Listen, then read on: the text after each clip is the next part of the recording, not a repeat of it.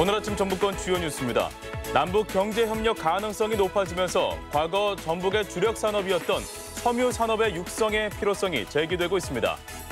북한에 소개하고 싶은 관광지로 전주 한옥마을이 1위로 꼽혀 눈길을 끌고 있습니다. 제수용품 가격이 오르고 대형마트 매출은 떨어지는 등 추석 상경기가 예년만 못한 것으로 나타났습니다. 전라북도 지역은 오늘 흐리고 오후까지 비가 내리는 가운데 서해상에 강풍이 예상돼 주의가 필요합니다. 여러분 안녕하십니까? 전주 MBC 뉴스투데이입니다. 남북 정상회담 이후 가장 관심을 받고 있는 경제협력 분야 중 하나는 섬유 산업입니다. 네, 과거 한때 섬유 산업의 메카였던 전북은 남북 경협이란 기회를 통해 새로운 성장을 고민하고 있습니다. 강동엽 기자입니다. 과거 섬유 산업으로 번성했던 전북, BYC와 쌍방울, 태창 등 국내 대표 소국 기업들이 전주와 익산에 터를 잡으면서 도내 관련 업체만 1,300곳이 넘었습니다. 하지만 경영난과 인건비를 이유로 기업들이 철수하면서 하청을 받는 800여 공장이 명맥을 유지하고 있습니다. 과거에는 대한민국 기반이 될 정도로 굉장히 좀 활성화가 많이 됐었습니다. 그러나 인건비, 인력 때문에 많이 업체들이 좀 해외로 나오고 있습니다. 남북경제협력은 쇠락해가는 전북 섬유 산업의 기회가 될 전망입니다. 북한에는 개성공단 같은 산업단지가 더 늘어날 것으로 예상되는데 값싼 노동력이 필요한 생산은 북한에 맡기고 전북은 옷감을 제공하는 역할을 맡자는 겁니다. 면이나 합성섬유보다 선호도나 부가가치가 높은 발열과 항균, 탈취가 가능한 기능성 옷감 생산업체를 집중 육성하는 방안입니다. 전북은 효성과 휴비스 등 원사기업은 물론 경쟁력 있는 중소기업과 연구기관 등을 갖춰 기능성 옷감 분야의 발전 가능성은 충분합니다. 기능성 가공 기술도 매우 좋기 때문에 이런 것들을 잘 활용을 하면은 충분히 좋은 소재를 개발할 수 있는 그런 역량들은 갖춰놓고 있다라고 생각합니다.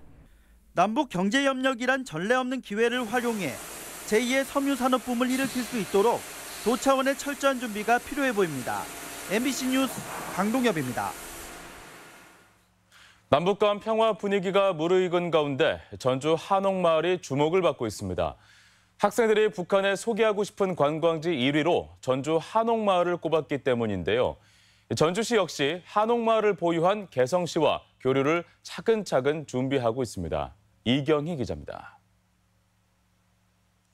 600여 동의 한옥이 옹기종기 모여있는 전주 한옥마을. 낮은 담장을 따라 구석구석 정겨운 골목이 이어져 있고 다양한 전통 문화도 체험할 수 있는 재미에 연간 1,000만 명의 관광객이 찾고 있습니다. 지난 6월 국내 한 교복업체가 중고등학생들을 대상으로 조사한 결과 북한에 가장 소개해주고 싶은 국내 관광지로 전주 한옥마을이 꼽혔습니다. 전주 한옥마을이 단연 우리나라를 대표하는 관광지로 인식되고 있는 겁니다. 한국의 정통이 좀 살아있는 곳이고 한복이랑 전통 의상들이 또 어울리는 곳이 아닌가 해서 전주시 역시 이 점을 잘 활용해 교류를 준비하고 있습니다. 상업과 문화, 관광 중심지인 개성시와 한옥을 서로 이축해 전통도시라는 공통분모로 관광을 활성화하겠다는 겁니다. 내년도 한국영화 100주년, 전주국제영화제 20주년을 맞아 북한 영화인을 초청하거나 드론 축구 시연 등 다양한 문화 교류도 준비하고 있습니다. 전통 문화적 요소, 그리고 드론 축구와 같은 융복합 스포츠 이런 부분에 초점을 둬서 평화 분위기가 무르익으면서 경쟁적으로 남북 교류를 준비하는 상황에 전주시의 선제적인 대응이 필요하다는 지적도 있습니다. 북한의 어느 지자체하고도 연계가 되거나 우리가 가지고 있는 전주의 힘을 가지고 수익을 창출할 수 있는 길들이 있다면은 선도적으로 대응했으면 좋겠다는. 전주시는 올 초 조례를 개정해 실질적 교류가 가능하도록 실무기획단 기능을 보완했다며 남북 교류에 적극적인 모습입니다. MBC 뉴스 이경입니다. 올해 추석 장바구니 물가가 작년보다 많이 올랐다고 합니다. 명절 대목을 맞은 마트들도 지역 경제 침체로 매출이 크게 떨어졌습니다. 박찬익 기자의 보도입니다. 마트에서 구입한 선물 세트를 차에 싣고 있는 부부.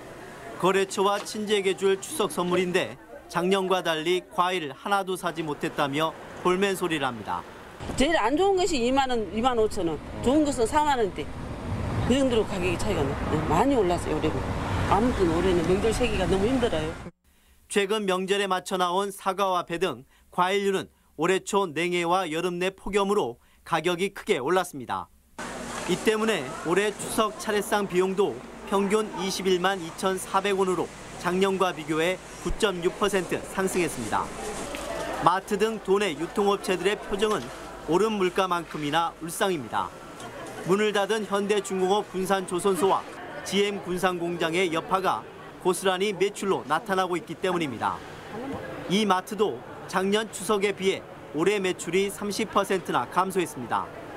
직거래 장터나 온라인 구매 등 여파도 있지만 주 고객층인 기업의 단체 구매가 줄었기 때문입니다. 명절 때마다 선물 세트 매출 비중의 상당 부분을 차지하고 있는 기업 고객과 또 대량 매출 고객의 소비 패턴이 최근의 사회 분위기와 또 경기 침체 영향에 따라서 비싸진 물가와 침체된 경기로 위축된 추석 대목.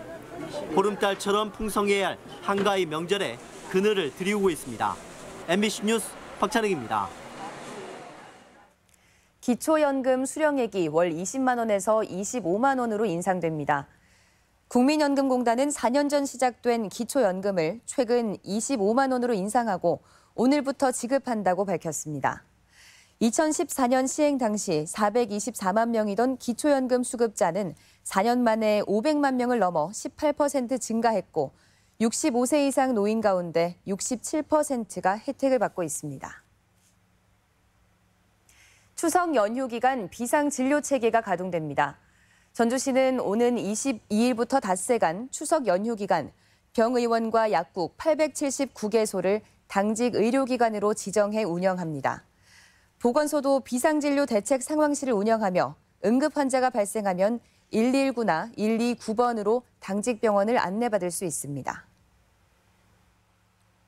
국민연금 이전 폄하 보도와 관련해 도내지자체도 반대 입장을 분명히 했습니다. 도내시장군수협의회는 성명을 통해 일부 언론의 국민연금 흔들기가 도를 넘었다며 기금운용본부를 논두렁본부로 깎아내린 언론들을 규탄했습니다. 협의회는 또 언론의 흠집내기에 흔들리지 않고 혁신도시 발전과 공공기관 추가 지방 이전에 힘을 모을 것이라고 덧붙였습니다. 군산을 방문한 김동연 경제부총리에게 자동차와 조선협력업체가 요청한 지원 사항이 수용될지 관심입니다. 자동차 협력업체 대표들은 지난 19일 김 부총리와의 간담회에서 30개 업체가 출연해 자체적으로 전기 자동차 공장을 설립할 수 있도록 정부의 재정과 행정 지원이 필요하다고 건의했습니다. 조선협력업체들은 11개 1차 협력업체가 연합해 해외 공사 수주를 추진 중이라며 자산관리공사가 경영난을 겪고 있는 업체를 인수해야 한다고 주장했습니다. 현대자동차 전주공장에서 생산된 수소 전기 대형 트럭이 유럽 시장에 진출합니다.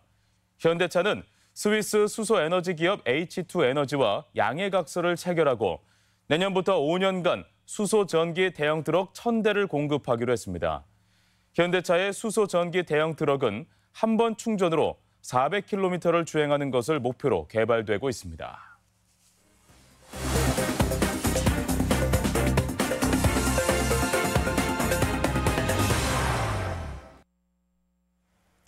김제 시내 버스 이용객들이 앞으로 성인 1,000원, 학생 500원으로 지역 내 어디든 이동이 가능하게 됐습니다. 지역 소식 유룡 기자입니다. 김제시가 안전여객과 단일요금제 협약을 맺어 시민들의 교통비 부담을 덜게 됐습니다. 다음 달 1일부터 거리에 관계없이 성인은 1,000원, 학생은 500원으로 단일요금제가 시행되는데 업체 손실액은 시에서 전액 보상하기로 했습니다. 현재 시내버스 요금은 거리에 따라 차등을 두는 구간요금제로 일반 요금 기준 10km까지는 1,400원, 13km 초과는 2,000원을 받고 있습니다.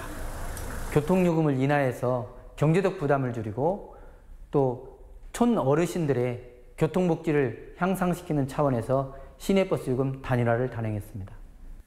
전국 각지에서 출판된 책의 한마당인 한국지역도서전 내년도 개최지가 고창 책마을 해리로 선정됐습니다. 한국지역도서전은 출판된 책을 한자리에 전시하고 출판인과 독자들이 한데 어우러지는 지역 출판문화 축제로 내년이 3회째입니다. 행사의 주 무대는 해리면 월봉마을 폐교로 이대건 촌장이 2006년부터 기증받은 12만 권의 책을 모아둔 도서문화 공간입니다. 신재유 선생의 판소리는 지역 출판사가 출판했기에 생명력이 있습니다. 다시 고창에서 지역 도서전으로 인문학 도시로 거듭나고자 합니다. 군산시가 찾아가는 동네 문학 카페를 운영합니다. 동네 문학 카페는 평생 학습 문화를 확산하고 골목 상권을 활성화하기 위한 사업으로 시민들이 원하는 시간과 장소에서 문화 강좌를 즐길 수 있습니다. 다음 달 8일부터 12월 21일까지 운영되는데 희망하는 시민이나 강사는 28일까지 평생학습권으로 접수하면 됩니다. 시민 5명 이상이 카페나 상가에 모여서 교육을 희망할 경우 시에서 강사를 파견하여 평생학습 및 문화활동을 누릴 수 있는 사업입니다. 행정안전부의 재해위험지구 공모에 임실군이 선정됐습니다. 임실군은 내년부터 2022년까지 4년 동안 300억 원의 예산으로 임실읍 일원과 청웅면 안포지구에 빗물 펌프장 설치 등 침수와 재해 방지 정비 사업을 추진합니다. MBC 뉴스 유룡입니다. 경찰이 도의회 해외 연수 뒷돈 거래 의혹과 관련해 관련 여행사를 압수수색했습니다. 전북경찰청은 그제 해당 여행사의 수사관을 보내 해외 연수 관련 서류와 컴퓨터 하드디스크 등을 확보했습니다. 이 여행사는 지난 2016년 도의회 동유럽 해외 연수 과정에서 송성환 의장에게 현금 수백만 원을 건넨 의혹을 받고 있습니다. 하림이 닭값을 인위적으로 조작해 농가에게 부담을 떠넘겨온 것으로 드러났습니다. 공정거래위원회는 하림이 지난 2015년부터 3년간 500여 농가와 거래하면서 2,900여 건의 계약을 위반했다며 과징금 8억 원을 부과했습니다.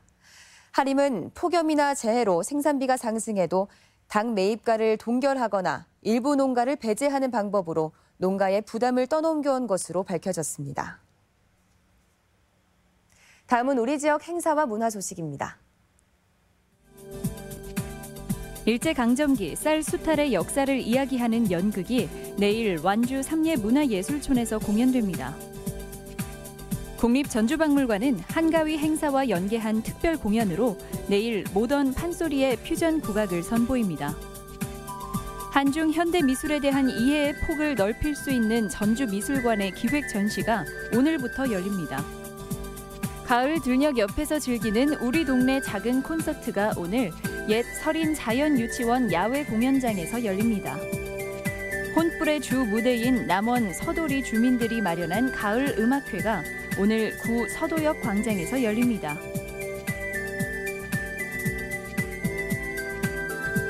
제12회 두승산 청정 메밀축제가 오늘부터 24일까지 정읍 고부 농공단지 옆 메밀꽃 축제장에서 열립니다. 전주의 수공예품과 문화예술을 체험할 수 있는 한옥마을 문화장터가 내일부터 이틀간 경기전 광장에서 운영됩니다. 추석을 맞아 모레 정읍 신태인읍 사무소 광장에서 제2회 신태인 추억의 콩쿨대회가 열립니다. 개그맨 이정수 육아 공감 토크쇼가 오늘 군산 예술의 전당에서 마련됩니다. 전주시 자원봉사센터는 재능봉사자 양성을 위한 자원봉사 특화 교육생을 오늘까지 모집합니다.